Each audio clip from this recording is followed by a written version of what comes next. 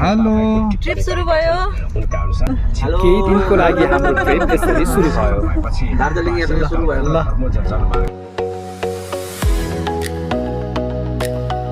संयोगले यसपालि निरन्तर 3 दिन बिदा पर्यो। सोही मौका पारेर हामी पूर्वतर्फको यात्रामा अगाडि बढ्यौँ।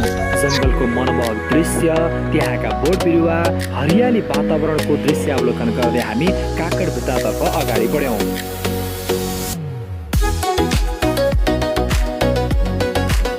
सुरुमा त हामीले इलामको मात्रै यात्रा गर्ने भन्ने तय भएको थियो, तर एक्कासी हाम्रो यात्रा परिवर्तन भयो। हामी दार्जिलिङ र सिक्किम तर्फको यात्रा तय गर्ने निर्णयमा पुग्यौँ।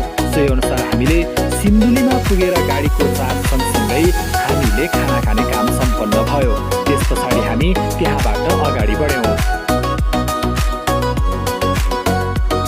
हेटौडाबाट पूर्वतर्फ जाने धरानपत्रा राजमार्ग अत्यन्तै राम्रो व्यवस्थित रहेछ। कहीँ पनि खाल्डो खुल्टी हामीले देख्नु परेन। इटारीसम्मको बाटो अत्यन्तै राम्रो थियो। बाटोमा लट्रम्मै फलेका आँपका बोटहरू प्रशस्तै देखिन्थे। तराई ठाउँमा आँपका बोटहरू यस्ता देखिन्थे कि ती आँपका बोटहरू हेर्दै मात्रै पनि मन लोभ्याउने प्रकृतिको थियो। यात्राका क्रममा हामी गाईघाट बजारमा पुगेर रोकियौँ। हाम्रो उद्देश्य बाटोमा चटपटे बनाएर खाने थियो।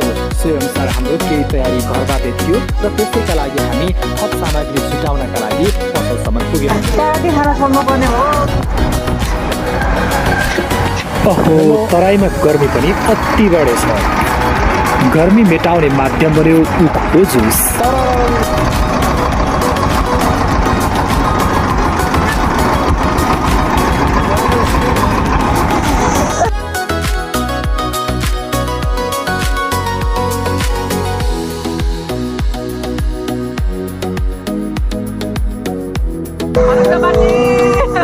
हेलो, खै एउटा पार्टी खै एउटा पार्टी